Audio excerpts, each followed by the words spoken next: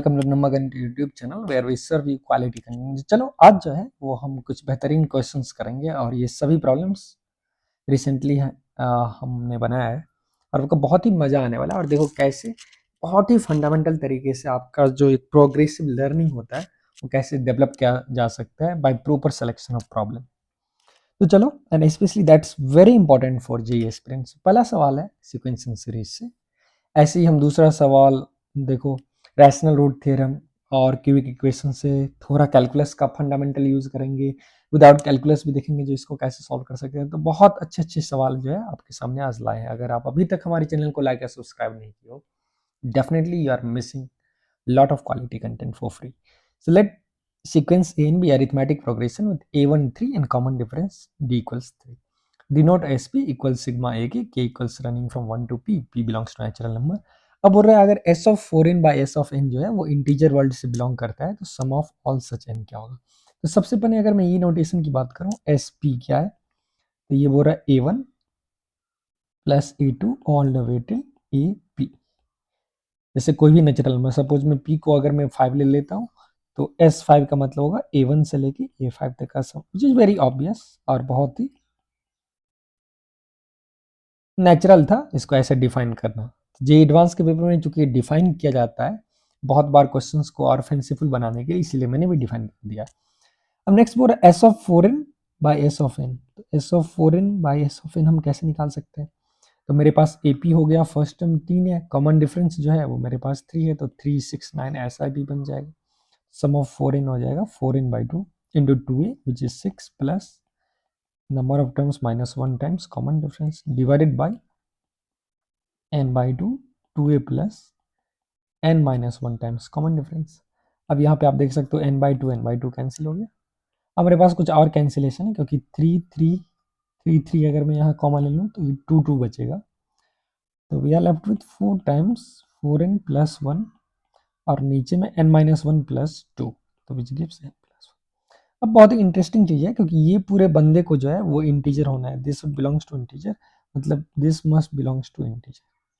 तो अब तो यहाँ से बहुत तरीका है, एक है जैसे चाइल्डिश वे, अगर मैं एक चाइल्डिश वे अपनाऊं तो I play with the value of n। मान लो अगर मैं n को 1 रखता हूँ तो n 1 रखूंगा तो 4 इंटू 5 बाय मेरे पास 2 आ गया विच इज 10, तो इट वर्क्स, मतलब ये इंटीजर दे रहा है।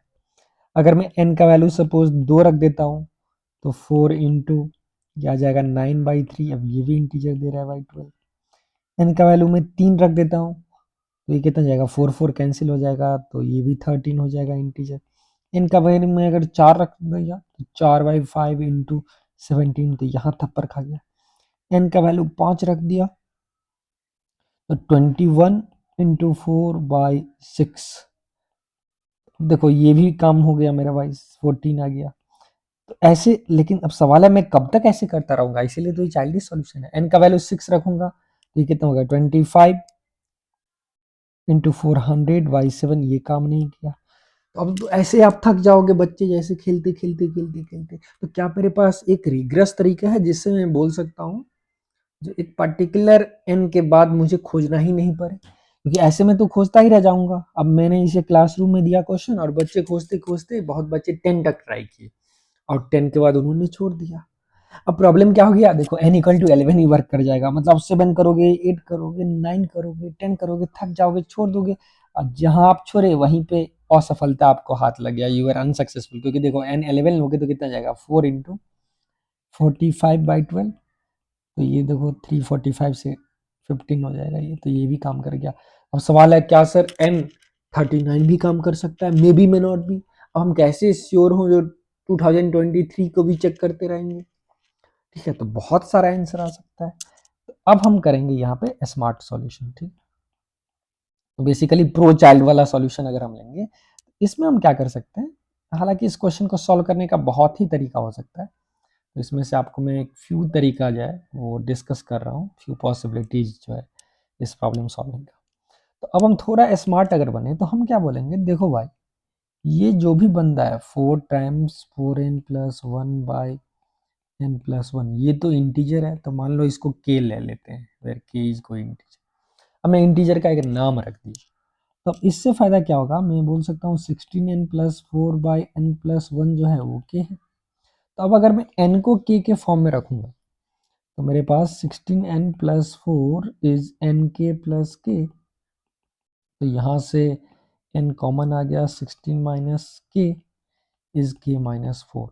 तो अब आप देख सकते हो n जो मेरा है वो k-4/16 माइनस k हो गया। अच्छा, अब n क्या है, नंबर ऑफ टर्म्स है, तो नंबर ऑफ टर्म्स तो पॉजिटिव होगा, तो n जो है वो पॉजिटिव है और साथ साथ n इंटीजर है।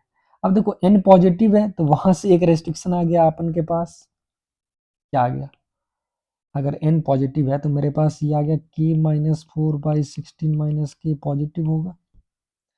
लेकिन एंड साथ साथ ये भी बात हो गया, जो n इंटीजर है मतलब ये फ्रैक्शन ही है, मतलब k-4 को बड़ा होना होगा 16 माइनस के से, क्योंकि भूल चूक से अगर इक्वल हो जाएगा तो भी काम कर जाएगा, 1 हो जाएगा। अगर नीचे वाला बड़ा हो जाए और ऊपर वाला छोटा नंबर हो जाए तो ये फ्रैक्शन हो जाएगा भाई, फिर से थप्पड़ लग गया। तो यहाँ से हम क्या बोल सकते हैं, सबसे पहले तो वे भी कर्व आ गया ना, अपन के पास 4 है, 16 है, more than 16 negative positive negative.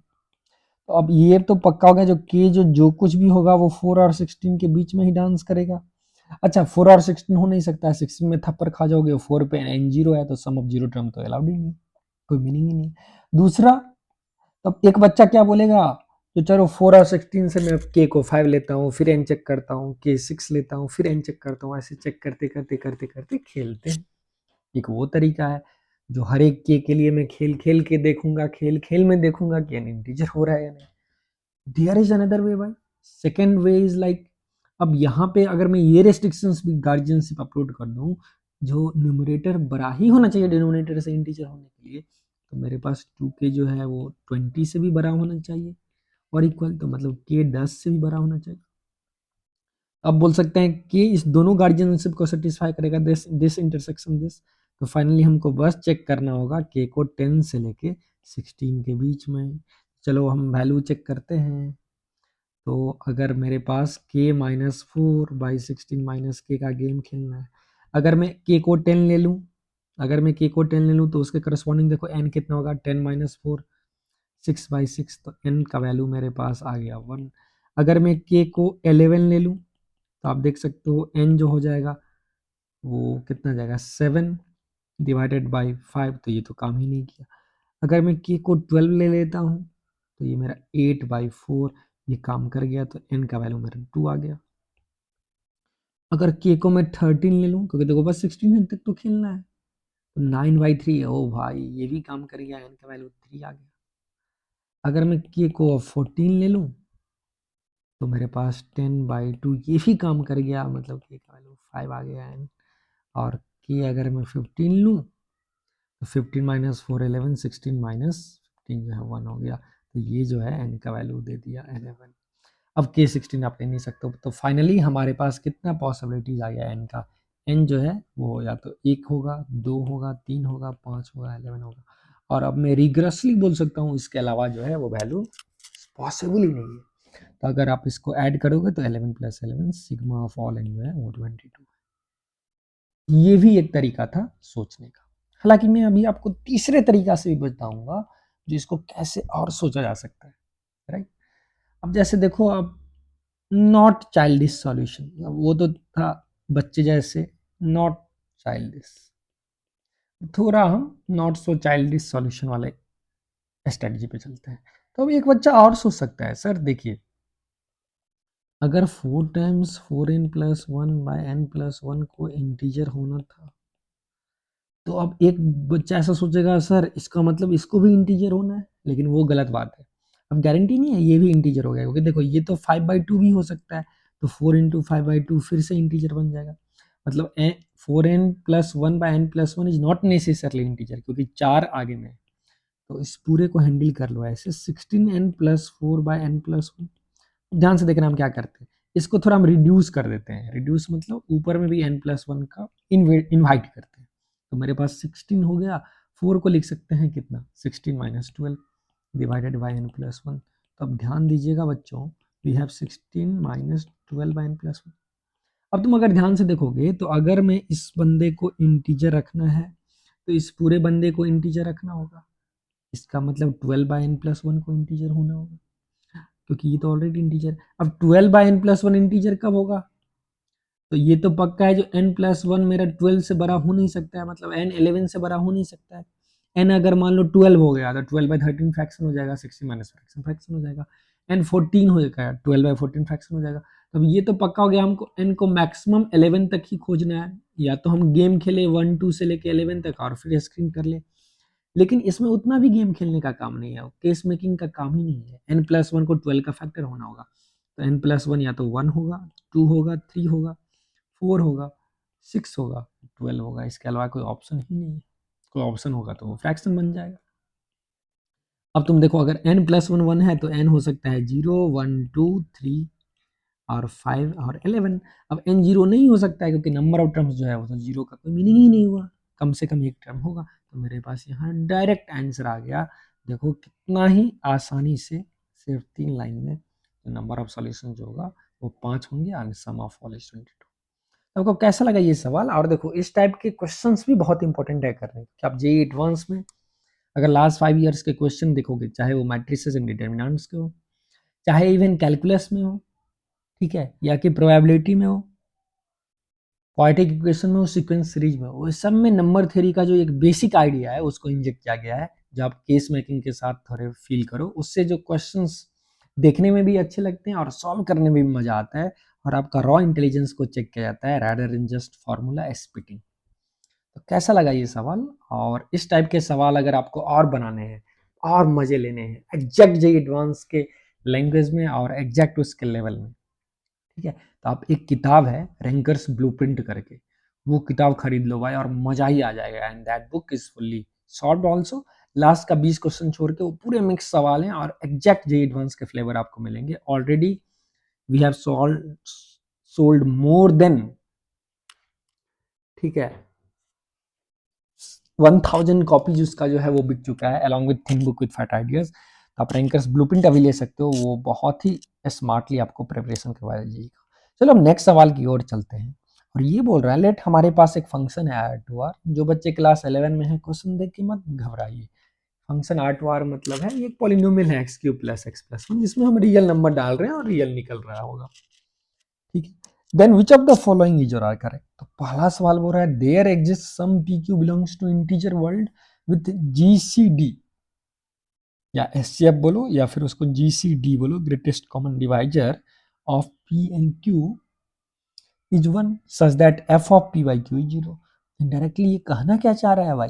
ये कहना चाह रहा है जो ऐसा P और Q इंटीजर दुनिया से बिलोंग करता है जिसका SCF 1 हो और फंक्शन में वो P बाई Q हम डालें, वो रेशियो तो 0 हो जाएगा। मतलब बेसिकली बोल रहा है तो हमको चेक करना है वेदर इसका रैशनल रूट है या नहीं। सेकंड ऑप्शन बोल रहा है ऐसा P और Q इंटीजर वर्ल्ड से बिलोंग करेगा such that the root of f of x can be expressed as P plus root two Q। अच्छा, P और Q इंटीजर से बिलोंग करेगा। अब इसका मतलब अगर P 0 हो और Q भी 0 हो, वो तो हो ही नहीं सकता है क्योंकि 0 रूट नहीं है। अब P 0 हो तो हमको प्रूव कर देना होगा जो root 2 times of integer type का क्या रूट एग्जिस्ट करता है इस पॉलिनोमियल के लिए। अगर Q 0 हो तो क्या इंटीग्रल रूट एग्जिस्ट करता है? अगर दोनों 0 नहीं हो तो क्या ऐसा हो सकता है इस इक्वेशन का कोई इरेशनल रूट? हो सकता है इमेजिनरी रूट हो, ठीक है। तो अगर इमेजिनरी सबका तीनों अगर इमेजिनरी हो गया, जो कि यहाँ नहीं होगा, हम देखेंगे क्यों नहीं होगा, ठीक है।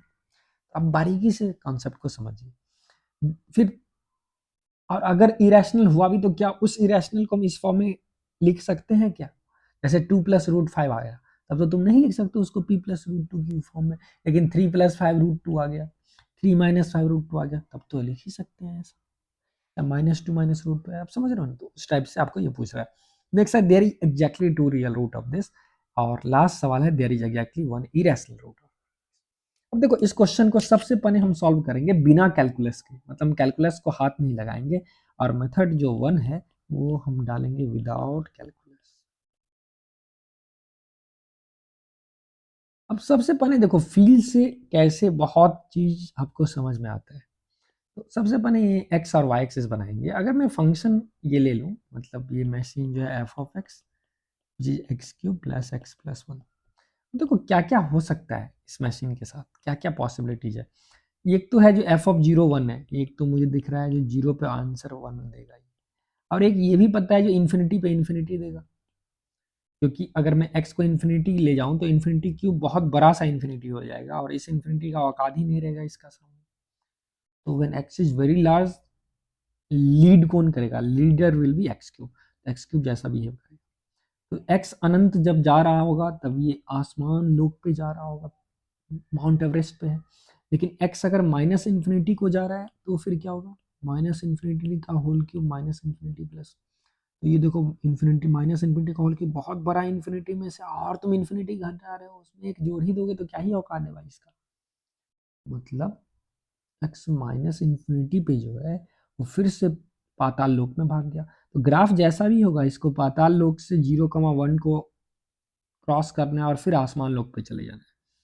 तो ये तो पक्का है जो इस इक्वेशन का, इस पॉलीनोमियल का वन रियल रूट तो गारंटीड है, वन रियल रूट ना हो ऐसा हो ही नहीं सकता है। क्यों? क्योंकि अगर आप अंडरग्राउंड फ्लोर से अगर आप ऊपर जा रहे हो, पाताल लोक से आसमान लोक में जा रहे हो, तो एक ना एक बार तुम अर्थ सरफेस को क्रॉस करोगे ही, एक्स एक्सिस को क्रॉस करोगे। क्यों? क्योंकि फंक्शन कंटिन्यूस है, मतलब आप शक्तिमान नहीं हो, you are not allowed to fly like this, समझ रहे हो? जैसे ग्रेटेस्ट इंटीजर में आप उड़ सकते हो। लेकिन अब सवाल है जो सर ये तो बेंड भी कर सकता है, मतलब फंक्शन ऐसा भी कर सकता है, तो ऐसा 3 रूट भी हो सकता है, आप कैसे गारंटी दे सकते हो एक बार ही होगा? अभी देखो हम क्या बिना कैलकुलस के क्या फंडामेंटल दिमाग लगा के हम चेक करेंगे क्या ये फंक्शन डांस कर सकता है या नहीं।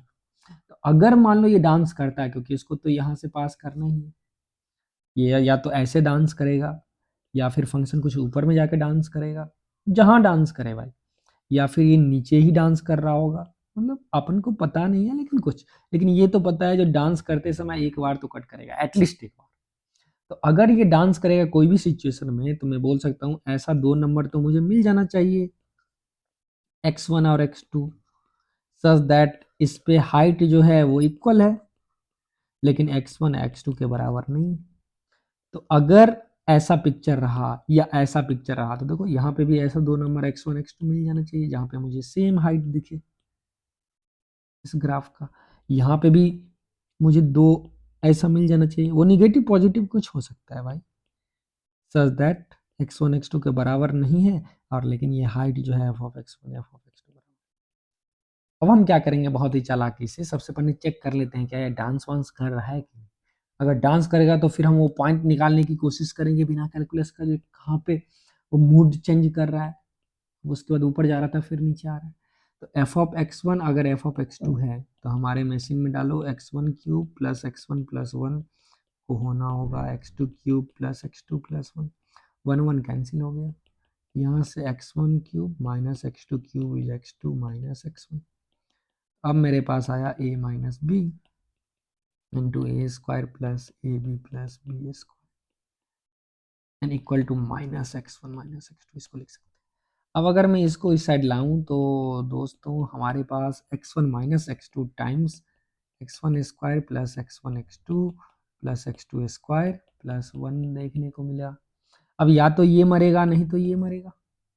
अब देखते हैं क्या ये मरेगा या नहीं। अगर ये मरा तो यहाँ से तो x1 इक्वल टू x2 होगा, मतलब अगर f of x1 equal to f of x2 है तो x1 इक्वल टू x2 होगा। अब तुम बोलोगे हाँ ये तो होगा ही, क्योंकि f of 2 equal to f of 2 है तो 2 इक्वल टू 2 है। लेकिन this should not be the only conclusion. अगर मेरे पास ग्राफ ऐसा डांस कर रहा है तो एक तो पॉसिबिलिटी है ये दोनों पॉइंट सेम हो जाए, लेकिन एक और पॉसिबिलिटीज इसका क्या है, एक और पॉसिबिलिटीज है जो इवन इफ x1 x2, मतलब this should be the only consequences, ऐसा हो ही नहीं सकता है f of x1 f of x2 बराबर हो और x1 x2 के बराबर नहीं हो। अब एक ही तरीका है इसको डांस करने का, अगर ये बता दे तो भाई देखो x1 x2 अगर बराबर नहीं हो फिर भी हम जीरो हो जाएंगे। चलो चेक करते हैं। इसको परफेक्ट स्क्वायर बना सकते हैं, क्योंकि ए स्क्वायर हो गया प्लस बी स्क्वायर हो गया प्लस 2ab आप लिख सकते हो इसको। तो अगर कोई बच्चा बोलेगा सर हम 2ab लिख दें और माइनस x1 x2 प्लस 1 कर दें, यहाँ से कुछ खास पता नहीं चलेगा, यहाँ से आपको कुछ खास पता नहीं चल रहा है।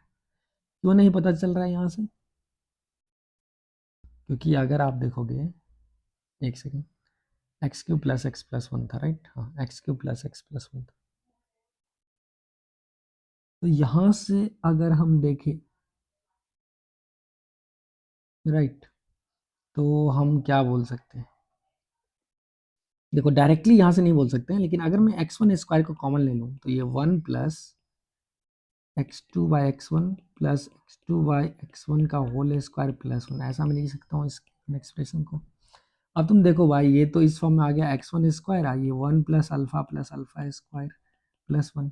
अब तुम देख सकते हो 1 प्लस अल्फा स्क्वायर को क्या लिखा जा सकता है, A square plus 2 into alpha into half plus 1/4 और प्लस 3/4।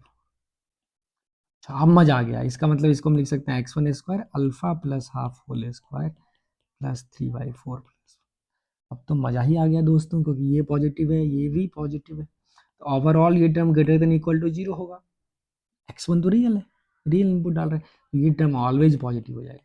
मतलब ये बंदा कभी बोलेगा भाई देखो हम तो मरेंगे ही नहीं, मतलब अगर एफ ऑफ x1 और एफ ऑफ x2 इक्वल है तो ऐसा हो ही नहीं सकता है इसके अलावा कोई केस, मतलब x1 x2 को बराबर होना ही होगा। मतलब ये हो गया जो फंक्शन ऐसा कर नहीं सकता है, ऐसा कर नहीं सकता है, ऐसा कर नहीं सकता है, तो फंक्शन को ऐसा ही ऊपर ऊपर से चले जाना होगा, मतलब दो डिफरेंट इनपुट पे दो डिफरेंट आउटपुट ही होंगे। ठीक है, अगर मैं यहाँ इनइक्वालिटी लगाता तो हर जगह इनइक्वालिटी आ जाता, राइट, तो सिर्फ यही पॉसिबिलिटीज होंगी, समझ रहे हो, ये भी तुम सोच सकते हो। तो अगर दो डिफरेंट इनपुट होंगे तो दो डिफरेंट आउटपुट, मतलब फंक्शन स्ट्रिक्टली इंक्रीजिंग टाइप का बिहेवियर कर रहा होगा, ये बढ़ता ही चला जा रहा होगा, कभी पीछे मुड़ने का सोचेगा ही नहीं। तो इसका मतलब यही तो हो गया जो इसके पास एग्जैक्टली एक रियल रूट है, तो ऑप्शन सी गलत हो। अब इसी को जो बच्चे कैलकुलेस करते हैं तो मैं डायरेक्टली उनको बोल सकता था एफ डैश 3x² प्लस 1 है ग्रेटर देन 0 है, तो फंक्शन इज स्ट्रिक्टली इंक्रीजिंग। तो बस, लेकिन मैं आपको फर्स्ट प्रिंसिपल से बताना चाह रहा था, जो 9-10 के बच्चे हैं उनके लिए भी, जो कैसे आप सोच सकते हैं। अब बोल रहा है there is actually one irrational root of F of X, और ऑप्शन ए बोल रहा है रैशनल रूट। तो सबसे पहले तो रूट देखते हैं भाई उसका नेचर क्या है, उसके बाद अगर इरेशनल होगा तो फिर ऑप्शन बी चेक करेंगे जो क्या हम उसको उस फॉर्म में लिख सकते हैं। अगर रैशनल होगा तो क्या हम उसको फिर भी p प्लस रूट टू की फॉर्म में लिख सकते हैं, क्योंकि रैशनल को जैसे 5 रैशनल नंबर है उसको आप लिख सकते हो 5 प्लस रूट टू टाइम्स। अब ये तो हो गया जो अभी तक हम जो बोले, ये मेरे पास वन रियल रूट है, लेकिन अब ये रियल रूट रैशनल भी हो सकता है, रैशनल नहीं भी हो सकता, इरेशनल भी हो सकता है। अब इस कौन दुनिया का रूट है, तो देखो हम मानते हैं, मान लो ये जो मेरा रूट है वो रैशनल है, मतलब पी बाई क्यू के फॉर्म में अगर है, तो हम ऑप्शन ए को अगर चेक कर लें, तो अगर ये पी बाई क्यू के फॉर्म में है तो P by Q whole cube plus P by Q plus 1 zero हो जाएगा for some integer P and Q, ये पॉजिटिव नेगेटिव कुछ। इनफैक्ट पॉजिटिव रूट तो होगा ही नहीं, आप ग्राफ से देख सकते हो जो भी अल्फा इसका रूट है अल्फा को लेस देन 0 ही होना होगा। और आप ये भी देख सकते हो अगर मैं -1 डालूं तो इस पे फंक्शन का आउटपुट नेगेटिव हो रहा है, मतलब मेरा जो भी अल्फा है वो डेफिनेटली -1 और 0 के बीच में ही फंसा हुआ नंबर है। हाँ, अब वो फंसा हुआ नंबर रैशनल भी हो सकता है, इरेशनल भी हो सकता है। हम कैसे चेक करेंगे, तो मान लेते हैं वो रैशनल है, तो हमारा आ जाएगा P cube by Q cube plus P by Q plus 1 is 0 implies P cube plus P Q square plus Q cube 0। अब तुम ध्यान से देखो, मैं फर्स्ट टू टर्म से p अगर कॉमन ले लूँ तो p times P square plus Q square is minus Q cube. अब ये तो खतरनाक बात हो गया भाई, P square plus Q square आ गया minus Q cube by P, मतलब P square plus Q square को मिल सकते हैं minus Q by P into Q square. अब तुम ध्यान देना इस मुद्दे पे, पी और क्यू इंटीजर है तो ये तो मेरा पक्के से इंटीजर बन गया है, इनफैक्ट पॉजिटिव इंटीजर, ठीक है, लेकिन पी और क्यू का तो जीसीडी 1 था तो ये तो मेरा फ्रैक्शन ही रह जाएगा, ये तो ऑलवेज मेरा फ्रैक्शन रह जाएगा, पी और क्यू में कोई कॉमन फैक्टर नहीं है, तो ये 2/5 रहेगा, 3/7 रहेगा, ठीक है। और ये बंदा तो मेरा ऑलरेडी इंटीजर है, तो अब देखो p ना ही q को डिवाइड कर पाएगा और ना ही p क्यू स्क्वायर को डिवाइड कर पाएगा, जब q को नहीं डिवाइड कर रहा है तो q इंटू क्यू को कहाँ से कर पाएगा बच्चों। तो ये क्या हो गया, ये अपन के पास आ गया RHS में फ्रैक्शन, LHS में इंटीजर, तो ये तो गलत बात है, ये पॉसिबल हो ही नहीं सकता है, मतलब ये पॉसिबल हो ही नहीं सकता है, मतलब ये पॉसिबल नहीं हो सकता। मतलब रैशनल रूट हो नहीं सकता। तो अब अगर अल्फा रियल रूट है ये तो मुझे पता चल गया। अच्छा देखो, अगर रैशनल रूट कुछ नहीं है तो गारंटी नहीं है इरेशनल होगा, इमेजिनरी हो जाए 1+2 है। लेकिन यहाँ पे चूंकि हमने प्रूफ कर दिया था जो रियल है, चूंकि वो रियल है तब ये तो पक्का हो गया रियल है और रैशनल नहीं है, तो उसको इरेशनल ही होना पड़ेगा। तो हमारा रूट इरेशनल होगा। अभी भी मैंने ऑप्शन ऐसे डिजाइन किया आपको और मजा आने वाला है। तो अब मैं पकड़ लिया जो भाई ये रूट रैशनल हो नहीं सकता, एग्जैक्टली वन इरेशनल रूट है, इसका एक ही रूट रियल था और वो भी इरेशनल बन गया। इनफैक्ट इसी को रैशनल रूट थ्योरम बोलते हैं, जिसको हम फर्स्ट प्रिंसिपल से बिना कोई थ्योरम के आपको सब कुछ को स्लोली स्मूथली प्रूव करते जा रहे हैं। ठीक? और इस टाइप की ट्रेनिंग जो है वो क्लास 9-10 बच्चे को अगर दिया जाए तो आई एम श्योर कोई भी बच्चा 100 के आसपास जेई एडवांस मैथ्स में ला सकता है और फोड़ सकता है। इस बार भी हमारे स्टूडेंट्स 100 मार्क्स लाए हैं जेई एडवांस के मैथ्स में, और उनका रैंक 100 के अंदर भी है। बहुत बच्चे का रैंक 500 के अंदर है, हमारे यूट्यूब चैनल से भी, हमारे कोर्सेज से भी।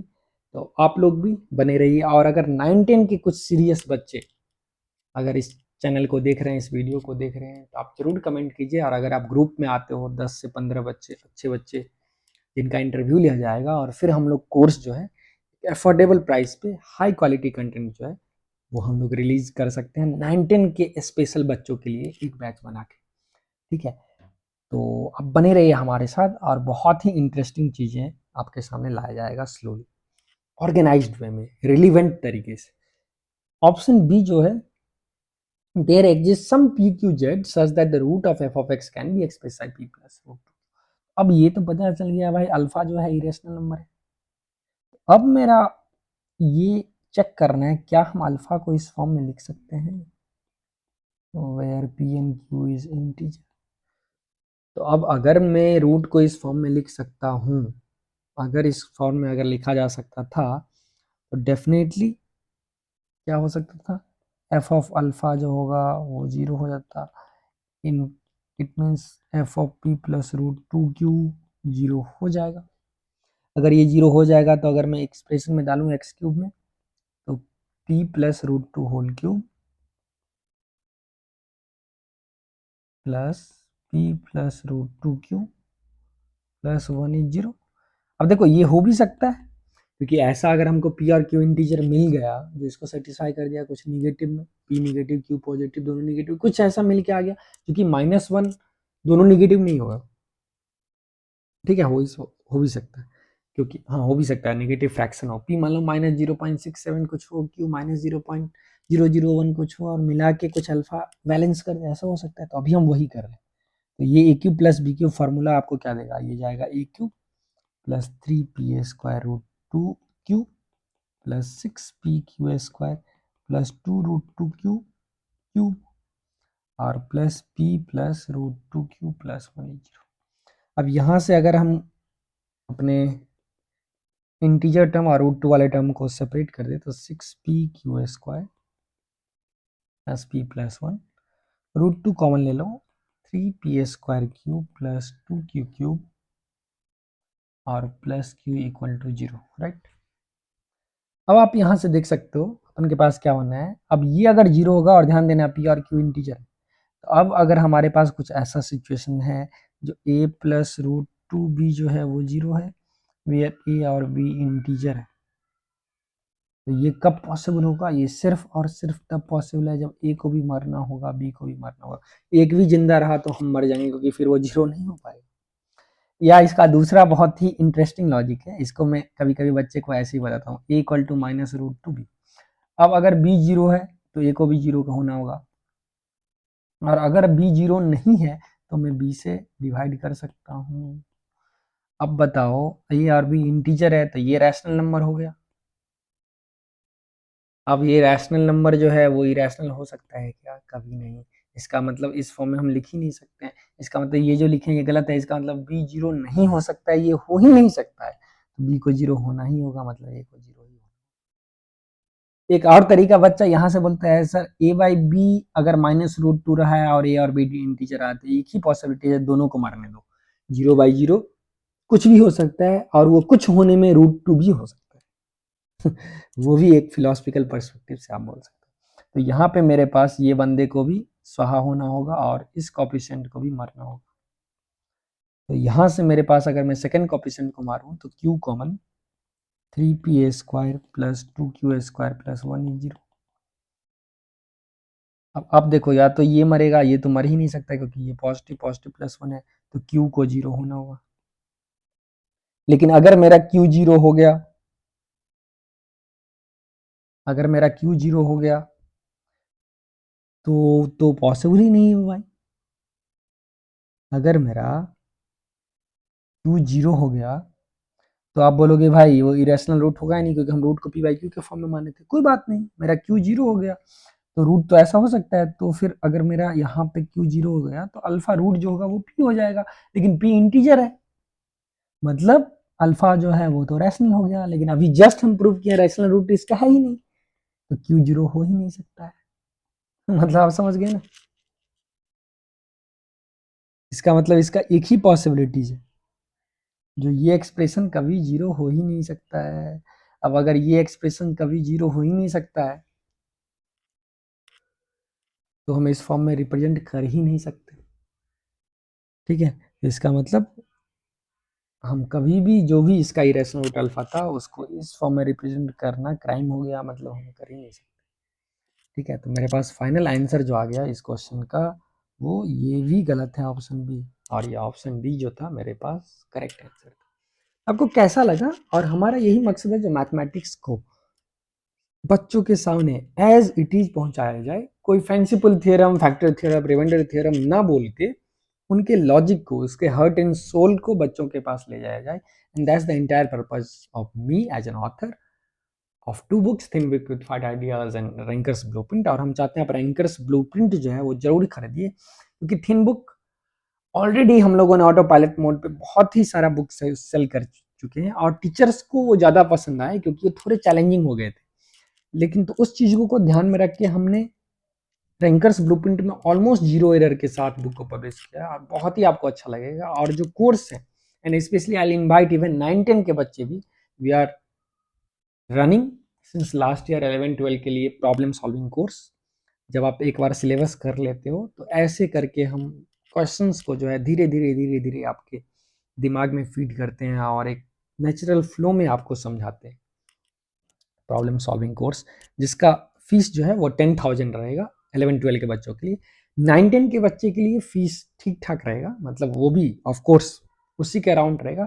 लेकिन अगर आप 15 से 20 बच्चे जुड़ते हो पर मंथली बेसिस पे, तो काफ़ी हम लोग अच्छे तरीके से आपको जो है एक स्ट्रक्चर्ड प्रोग्राम के तहत आपको ट्रेन किया जा सकता है।